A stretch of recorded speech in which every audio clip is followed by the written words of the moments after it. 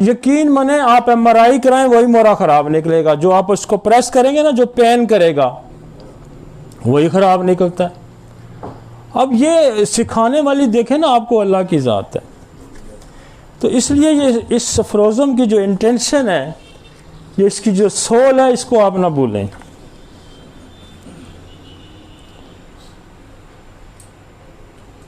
और फिर बाद लोग कहते हैं कि वो बीमारियों का जिक्र नहीं करता।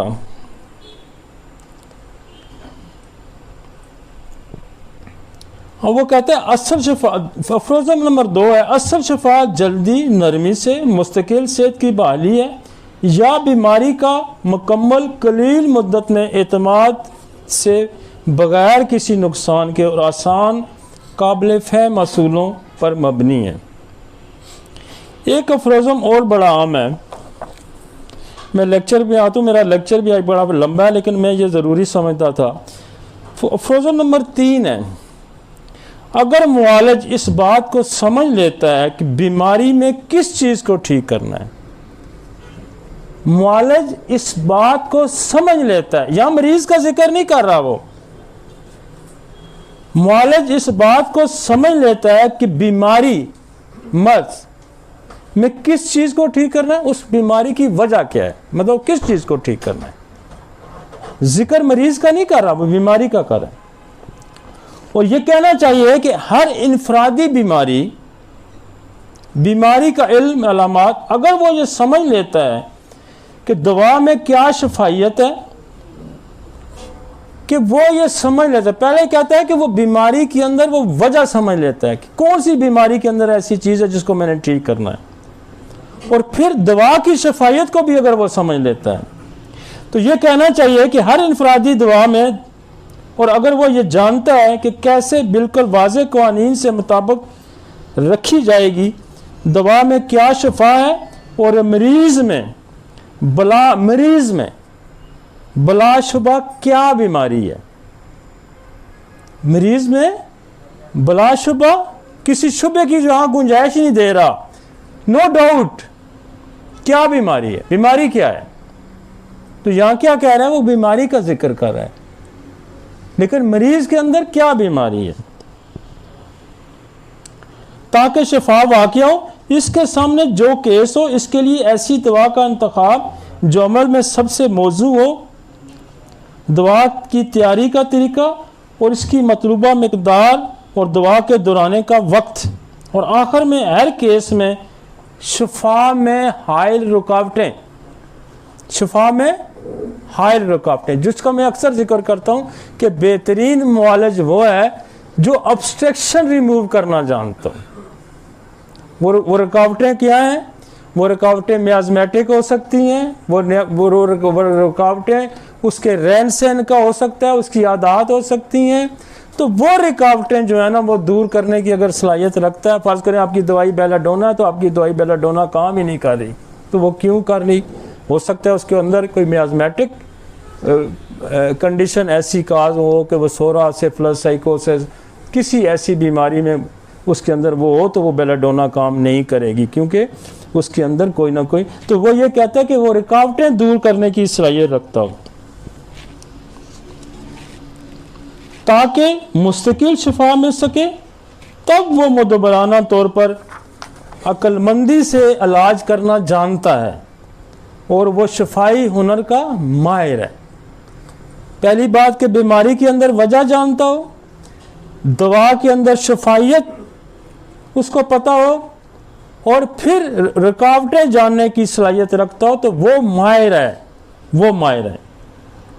एक अफरोज़म और बड़ा मज़े का है, जब कोई शख्स बीमार पड़ता है तो फिल हकीकत ये रूहानी और ख़ुद ब खुद काम करने वाली कुव्वत याद, जिसका अक्सर जिक्र करते हैं, और वो ये कंफ्यूज करते हैं, इसी अफरोज़म से ये कंफ्यूज करते हैं कि जी हम तो वाइटल फोर्स को ठीक करते हैं। ठीक है, हम भी कहते हैं हम वाइटल फोर्स को ठीक करते हैं, लेकिन इस अफरोज़म में वो ये कहता है जो जिस्म के हर ज़र्रा में मौजूद है, जो जिस्म के हर ज़रा ऑर्गेनिज्म। व्हाट इज़ द ज़रा क्या है? एक सेल है, सेल के अंदर एक DNA है, और डीएनए के अंदर जो जीन वाकया या क्रोमो, दिस इज द जर्रा, दिस इज द ऑर्गेनिज्म। वो कहते हैं हर जर्रे में वाइटल फोर्स मौजूद है। जिंदगी की मुखालफ ताकत यानी बीमारी से मुतासर होती है। जिंदगी की मुखालफ ताकत, जिंदगी की मुखालफ ताकत वो क्या कह रहा है कि उसकी एक रीजन बता रहा है, क्या बीमारी से मुतासर होती है। ये फकत कुव्वत याती है जो इस हद तक नासाज हो जाती है, इससे नफ्स के अंदर नागवार एहसासात पैदा होते हैं जिससे इज़ा के अफ़आल में बेकायदगी पैदा हो जाती है। अब अफ़आल क्या है? अफ़आल क्या है? फिजियोलॉजी है। अफ़आल क्या है? फिजियोलॉजी है। और उसमें बेकायदगी क्या है? पैथोलॉजी है। तो ये जो कहते हैं ना कि पैथोलॉजी ना पढ़ो, फिजियोलॉजी ना पढ़ो, एनाटॉमी ना पढ़ो, उनके लिए ये फ्रोजम उसने लिखा है। और चूंकि वो खुद डॉक्टर था, उसको फिजियोलॉजी, एनाटॉमी, ये सारा कुछ उसको आता था और इनको आता नहीं है। और डॉक्टर उस वक्त तक नहीं बन सकता जिस वक्त तक उसको इल्म की, उसके पास जिस्म की साख्त का इल्म ना हो। कौन सा ऑर्गन कहाँ है, उसका स्ट्रक्चर क्या है, ये उसको ना पता हो। और फिर उसके नॉर्मल अफ़आल का उसको ना पता हो, उसको फिजियोलॉजी का ना पता हो, और फिर उसके अब नॉर्मल अफ़आल का उसको ना पता हो। ये मैं तो नहीं कह रहा। आप वो कहते हैं, अनिमन कहता है तो मरीज का इलाज करो, तुम्हें पैथोलॉजी, वो तो पैथोलॉजी को कोई अहमियत ही नहीं देता। अगर वो पैथोलॉजी की अहमियत नहीं देता तो बेकायदियों की बात क्यों करता है? वो अफ़आल की बात क्यों करता है? इसी को हम बीमारी के नाम से, इसी को हम बीमारी के नाम से मंसूब करते हैं। चूंकि बीमारी बजाते खुद नहीं दिखाई देती, ना दिखाई देने वाली ताकत है, इसलिए सिर्फ इस हालत में ही मालूम किया जा सकता है जब ये निज़ाम जिस्म पर असर करके इसके अज़ा के एहसासात और अफ़आल में बेकायदगी पैदा करती है। हम बीमारी को कैसे पहचानते हैं कि बीमारी, एक नॉर्मल बंदा है, वो आके कहता है जी मैं तो बिल्कुल सही था, मेरे सर में दर्द शुरू हो गया, तो ये इजहार है बीमारी का, ये अलामात इजहार है बीमारी के। जो इस बीमारी के ज़ेरे असर आते हैं और जिन अज़ा की बेकायदियों को मालिज देख सकता है, या यूं कहना चाहिए कि बीमारी सिर्फ इसकी अलामात से पहचानी जाती है, वरना यह किसी दूसरे तरीके से मालूम नहीं की जा सकती। अब ये अलामात का चक्कर यहाँ आके फंस जाता है कि जी हम अलामात का इलाज करते। ओ भाई मेरे, वो कह रहा है कि बीमारी जो है डिजीज मैनिफेस्ट या और एक्सप्रेस थ्रू द सिम्टम। आप उस बीमारी को जानने की कोशिश करें कि अब सर दर्द की 1000 वजूहात हो सकती हैं। फर्ज करो ब्लड प्रेशर उसको हो जाता है तो उसको भी सर दर्द होगा, उसकी नज़र कमज़ोर होगी तो उसको भी सर दर्द होगा, सर पे चोट लगेगी तो फिर भी सर दर्द होगा, ब्रेन के अंदर ट्यूमर है तो फिर भी सर दर्द होगा। तो आप तो सर दर्द की अलामत की बात कर रहे हैं, तो अलामत के पीछे कहानियां तो डिफरेंट हैं। नींद नहीं आई तो फिर सर दर्द है, कॉन्स्टिपेशन है फिर सर दर्द है, टेंशन है तो फिर सर दर्द है। तो इसीलिए कह रहा है कि बेहतरीन वाला जो है कि जो बीमारी के अंदर सबब ढूंढे, पॉजिटिव फैक्टर की बात कर रहा है। आप किस चक्कर में लोगों को डाल रहे हैं? आप कहते हैं वो फिजियोलॉजी की भी बात कर रहा है, वो पैथोलॉजी की भी बात कर रहा है, वो साख्त की भी बात कर रहा है, और वो कहता है वाइटल फोर्स मुतासर किससे होती है? बीमारी से होती है।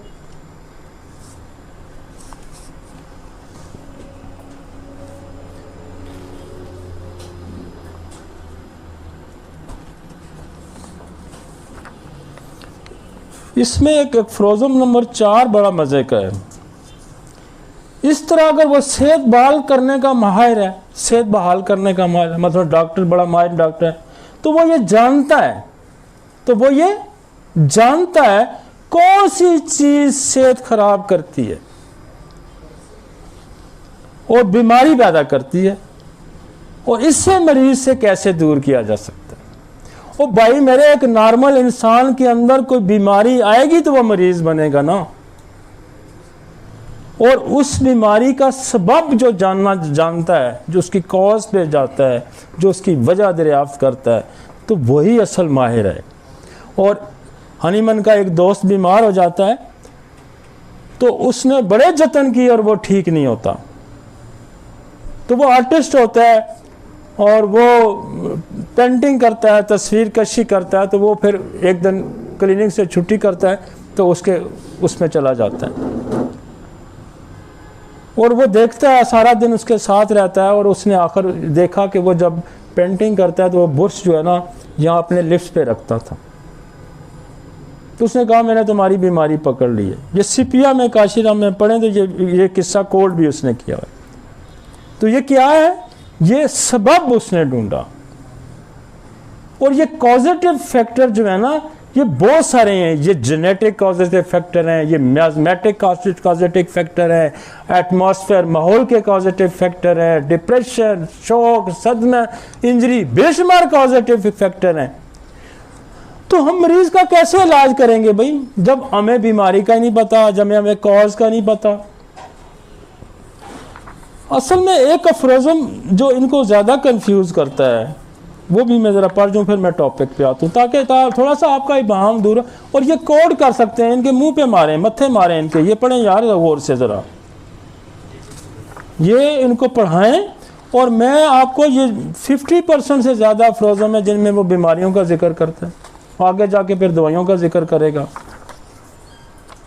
तो इस तरह से देखें आप सोसाइटी में और हमारे सिस्टम के अंदर आप बेशुमार गलत किस्म की रवायात छोड़ रहे हैं। आप किस दौर में हम रहते हैं, हम किस दौर में रहते हैं भाई, यहाँ organism, micro organism, DNA, genetic disorders, बेशुमार ऐसे मसाइल हैं जिसको अगर हम नहीं जानते, आपको पता नहीं कि थैलासीमिया के पीछे कौन सा जीन डिस्टर्ब है, आपको नहीं पता एमपीएस के अंदर कौन सा डिजीज, आपको नहीं पता ऑटोइम्यून डिजीजेज क्या होती हैं। मतलब कमाल बात करते हैं आप, मरीज का इलाज करते हैं, आप कौन से मरीज का इलाज करते हैं? इसलिए कि आप ना बल दें